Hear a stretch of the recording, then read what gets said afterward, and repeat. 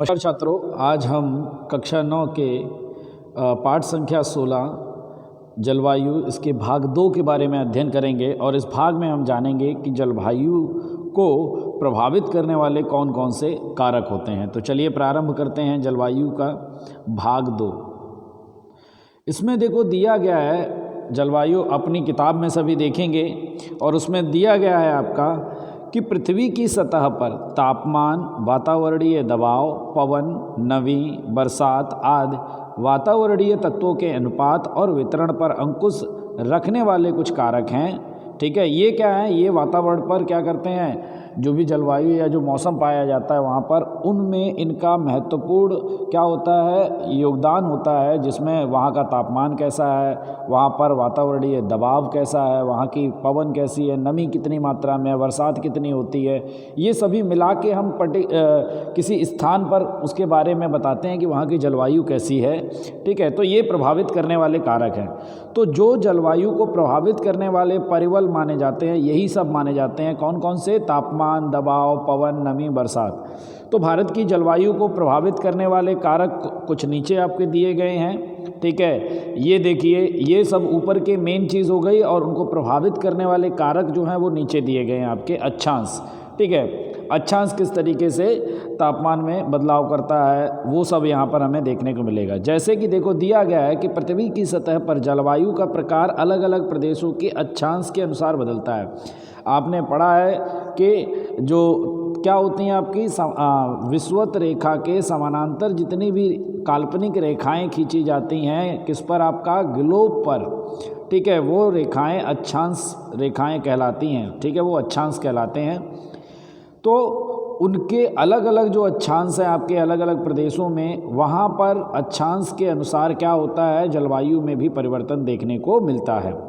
जलवायु में तत्वों का वितरण अधिकतर अक्षांशों पर आधारित होता है और जलवायु में जो भी तत्व पाए जाते हैं, जैसे वहाँ पर किस तरीके की नमी है, दबाव कैसा है, बरसात कैसी है, ये अक्षांश के पर आधारित होता है। मतलब वहाँ पर कौन सा अक्षांश है, ये भी क्या करता है, बहुत ज़्यादा क्या है आपका कारण होता है वहाँ की जलवायु के लिए।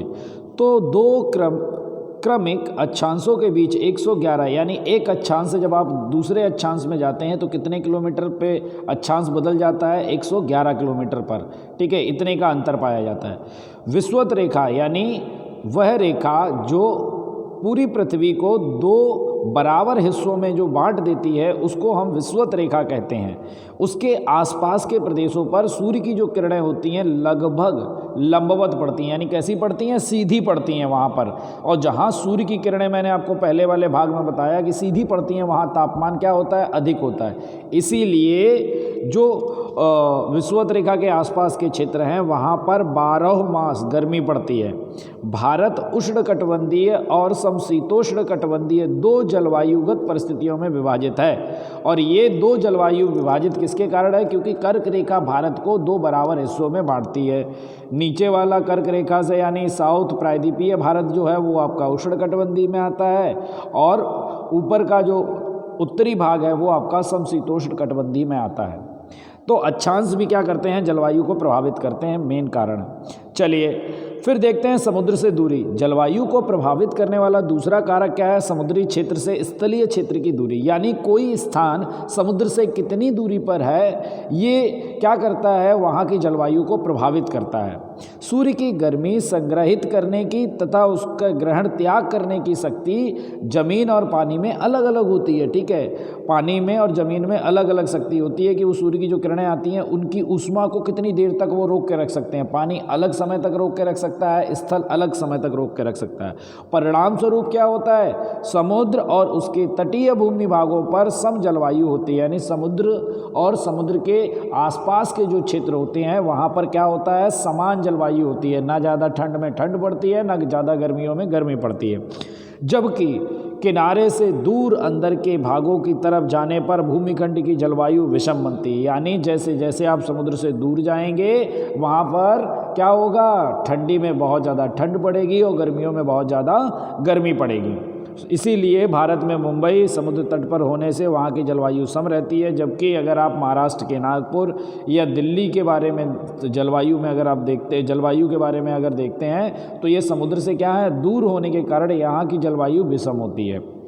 ये समुद्र से दूरी भी क्या है, मुख्य कारण होती है किसका, आपका जलवायु के प्रभावित करने के लिए। आगे चलते हैं, समुद्र तल से ऊंचाई, यानी समुद्र तल से आप जाते हैं रेलवे स्टेशन पर, वहाँ पर प्लेटफॉर्म जो एंड में जाके जो आपका बोर्ड लगा रहता है, मान लीजिए अहमदाबाद, तो वहाँ पर लिखा रहता है नीचे समुद्र तल से ऊंचाई, ठीक है। तो वो समुद्र तल से मतलब समुद्र के तल से कितनी ऊंचाई है उस स्थान की, वो भी निश्चित करती है कि वहाँ पर जलवायु किस प्रकार होगी। जैसे देखो यहाँ समझाया गया है, समुद्र की सतह से वातावरण में जैसे जैसे ऊंचाई की तरफ जाएं, जैसे जैसे आप ऊपर जाते हैं तो क्या होता है, दबाव जो होता है हवा का वो तापमान को घटाता जाता है। जैसे कि 165 मीटर अगर आप ऊपर जाएंगे तो 1 डिग्री सेल्सियस जो टेम्परेचर है वो आपका कम हो जाता है, ये बताया गया है। यानी जैसे इसीलिए पहाड़ों पर क्या होती है, बर्फ़ जमी रहती है, जबकि ज़मीन पर क्या है आपका बर्फ़ नहीं जमती है या तापमान में गर्मी पाई जाती है। इसीलिए लोग हिल स्टेशनों पर जाते हैं,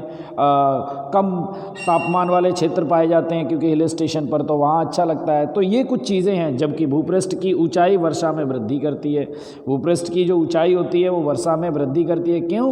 क्योंकि जो बादल होते हैं वो पहाड़ों पर्वतों से टकराते हैं और वहीं पर बरसात कर देते हैं। अगर कहीं पर कोई रुकावट नहीं होगी तो बादल बहते चले जाएंगे और वो ऐसे स्थान पर बरसेंगे जहाँ पर रुकावट उत्पन्न होगी। इसीलिए क्या होता है, भूपृष्ठ की जितनी ऊंचाई होती है वर्षा भी वहाँ पर उतनी अधिक होती है। हिमालय पर्वत की ऊंचाई का कारण उसके अत्यंत ऊंचे शिखर 12 महीने बर्फ से ढके रहते हैं। मैंने आपको बताया ऊंचाई पर है हिमालय पर्वत, तो इसीलिए उसकी जो चोटियां, जो मुख्य शिखर है वो क्या है, आपके बर्फ से ढके रहते हैं हमेशा। नमी वाली हवा ऊंचाई पर जाने से ठंडी हो जाती है और वर्षा करती है। जिसमें नमी पाई जाती है वो हवाएं जब ठंडी होकर ऊपर उठती हैं तो वो क्या करती हैं, बादल बनाती हैं और बरसात होती है इसके कारण। असम मेघालय के पहाड़ी प्रदेशों में तो ऊंचाई बढ़ने के साथ साथ वर्षा की मात्रा भी बढ़ती है। असम में, मेघालय में, आपको मालूम है चेरापूंजी कहाँ है, मेघालय में है, जो कि सबसे अधिक वर्षा होती है वहाँ पर। तो इन प्रदेशों में जैसे जैसे ऊंचाई बढ़ती है वहाँ पर बारिश भी उतनी ऊंचाई पर अधिक होती है। सामान्य परिस्थितियों में पृथ्वी की सतह से ऊंचाई की तरफ 165, मैंने आपको बताया था अभी, 165 मीटर अगर आप ऊपर जाते हैं तो क्या होता है, 1 डिग्री सेल्सियस कम हो जाता है। अगर आप 1000 मीटर पर है तो कितना तापमान घट जाता है, 6.5 डिग्री सेल्सियस से भी कम हो जाता है। चलिए अब नेक्स्ट पे चलते हैं, हम लोग देखते हैं वातावरणीय दबाव और पवनें। वातावरणीय दबाव और पवनें किस प्रकार होती हैं वो यहाँ पर समझाया गया है। जैसे देखो दिया गया है, भारत उत्तर और पूर्व दिशा में व्यापारिक पवनों वाले क्षेत्र में आया हुआ है। भारत इसी तरफ आता है, अगर आप विश्व मानचित्र पर जब देखेंगे उत्तर में है और आपका पूर्वी क्षेत्र है ये। अगर नेक्स्ट देखते हैं हम, फिर देखो इसमें क्या बताया गया है आगे, कि इसमें दिया गया है कि ये पवनें जो होती हैं क्या है, उत्तरी गोलार्ध के उष्णकटिबंधीय गुरुदाव पट के भारी दबाव उत्पन्न होते हैं और ये पवन पृथ्वी के परिभ्रमण के कारण थोड़ा मुड़कर विषुवत रेखा की ओर बहते हैं। ठीक है, इसे हम क्या है यहाँ पर समझाना थोड़ा मुश्किल हो रहा है, पर हम इसको समझ लेते हैं। चलिए देखते हैं फिर भी कोशिश करके। देखिए यहाँ पर ये मान लीजिए कि आपका क्या है, ग्लोब है, ठीक है, ग्लोब है। अब यहाँ पर देखो इस ग्लोब में समझाया गया है कि उत्तरी गोलार्ध, यानी ये जो है आपका विषुवत रेखा है, जो डिग्री आपका 0 अक्षांश मान लीजिए, इधर भी 0, ठीक है, इसके ऊपर ये उत्तरी गोलार्ध होता है, नीचे क्या होता है आपका दक्षिणी गोलार्ध होता है। इसके अलावा अगर हम बात करें तो देखो इसमें समझाया गया है कि भूतकाल में जो है, ठीक है, देखो भूतकाल में समुद्री मार्ग द्वारा होने वाले व्यापार में इन पवनों का लाभ लिया जाता था, इसीलिए इन्हें व्यापारिक पवनें कहते थे। अब क्या होता है कि देखिए ये अमेरिका हो गया मान लीजिए मानचित्र में, ठीक है, ये अमेरिका हो गया, ये साउथ अमेरिका हो गया, ये आपका इंग्लैंड का भाग है, ठीक है, और यहाँ पर आपका क्या है, ये अफ्रीका मान लीजिए मानचित्र पे। तो पहले क्या होता था कि ये जो पवनें होती थी ये उष्णकटिबंधीय गुरुदाव से यहाँ से ये बहती हुई क्या करती थी, आपका विषुवत रेखा जो जाती है, ठीक है, विषुवत रेखा जो जाती है यहाँ पर, ठीक है, यहाँ पर ये पवनें वहाँ से मुड़कर क्या करती थी, परिभ्रमण के कारण ये मुड़ जाती थी और आ जाती थी विषुवत रेखा के कारण। तो इनकी मदद से क्या है, इन पवनों की मदद से जो पानी में जहाज चलते थे, ठीक है, वो पानी वाले जहाज क्या है, उन्हें गति मिलती थी। और इसका उपयोग जो है पुराने समय में जो है कौन करते थे, जो एक स्थान से दूसरे स्थान पर जाने वाले लोग होते थे वो करते थे, ठीक है। इसीलिए इन पवनों को व्यापारिक पवनें कहते हैं, क्योंकि इंग्लैंड है आपका, जर्मनी है, यहाँ के लोग अफ्रीका से आके व्यापार किया करते थे मसालों का, तो ये भारत से व्यापार होता था। सामान्यतः भूभाग से उत्पन्न होकर बहने वाले इन पवनों में नमी का अनुपात कम होता है, परंतु भारत के दक्षिण में हिंद महासागर है, भारत के दक्षिण में सबको पता है, पश्चिम में अरब सागर है, जिसका आप दमन किसके किनारे आता है, आपका अरब सागर के किनारे है, ठीक है। पूर्व में बंगाल की खाड़ी है, कोलकाता है, ठीक है, वो आपका क्या है, पूर्व में है और वो बंगाल की खाड़ी के किनारे है। तो इस विशाल जल राशि के कारण उसके ऊपर से बहने वाली नमी धारण करते हैं पवनें, जो भी ऊपर से जाती हैं वो समुद्र से क्या करती हैं, नमी धारण कर लेती हैं और ये भारत में बरसात करने का कार्य करती हैं। आगे देखो दिया गया है, शीत ऋतु जब होती है उसमें हिमालय के उत्तर में भारी दबाव उत्पन्न हो जाता है, ठीक है। दबाव का मतलब है बहुत ज़्यादा शीत ऋतु, जहाँ पर ठंडे स्थान होते हैं वहाँ पर दबाव अधिक होता है और जहाँ पर गर्मी होती है वहाँ पर दबाव कम होता है। तो यहाँ पर भारी दबाव देखने को मिलता है ठंडे स्थलों में। तो हिमालय में शीत ऋतु में क्या होता है, भारी दबाव होता है। उस क्षेत्र से ठंडी और शुष्क हवाएं कहाँ चलने लगती हैं, आपके दक्षिण के कम दबाव वाले क्षेत्रों की तरफ चलती हैं, ठीक है, साउथ की तरफ बहती हैं हिमालय से आने वाली, इसीलिए ठंड का अनुभव होता है। और ग्रीष्म ऋतु में क्या होता है कि मध्य एशिया और भारत की भूमि भागों में उच्च तापमान के कारण हवा का हल्का दबाव बनता है। यहाँ पर गर्मी होती है तो दबाव यहाँ पर क्या होता है, कम पाया जाता है। तो इस समय क्या होता है कि दक्षिण में हिंद महासागर, अब दक्षिण से हिमालय की तरफ, उत्तर की तरफ ये हवाएं बहने लगती हैं। तो हिंद महासागर पर भारी दबाव होता है, जिससे हिंद महासागर के ऊपर से हवाएं उत्तर के यानी हिमालय की तरफ क्या है, कम दबाव वाले क्षेत्र पर जाती हैं। जैसे यहाँ पर आप समझ लीजिए, शीत ऋतु जब हमारे यहाँ ठंडा होता है तब क्या होता है, इसको कट कर देते हैं, हम समझ लेते हैं इस प्रकार से। ये देखिए, ठीक है, ये हो गया आपका भारत इस तरीके से, यहाँ पर हम समझ लेते हैं इसको,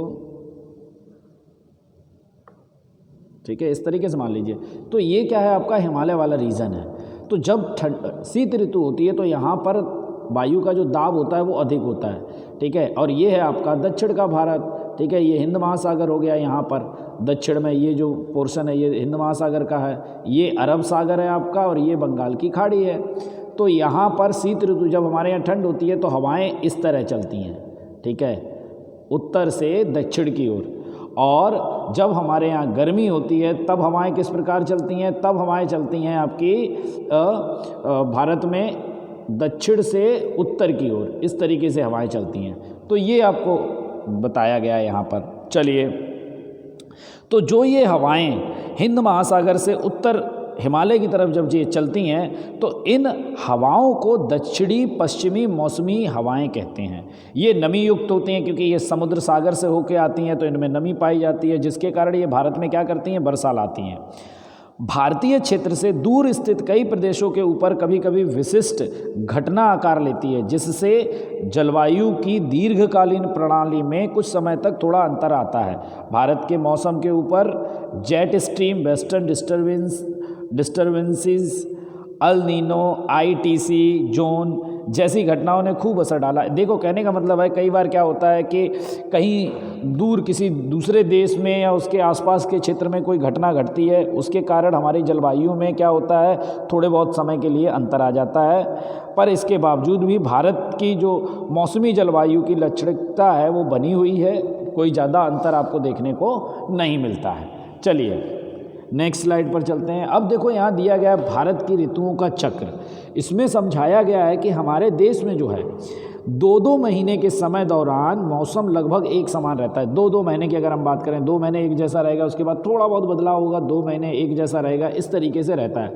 तो इस 2-2 महीने के समय को हम क्या कहते हैं, ऋतु कहते हैं, ठीक है, 2-2 महीने का जो समय होता है उसको हम ऋतु कहते हैं। तो भारत में परंपरागत अगर हम देखें, जो गाँव में आप सुनते होंगे, तो 6 ऋतुएँ मानी जाती हैं, जिसमें एक हेमंत है, शिशिर है, वसंत है, ग्रीष्म है, वर्षा है, शरद है।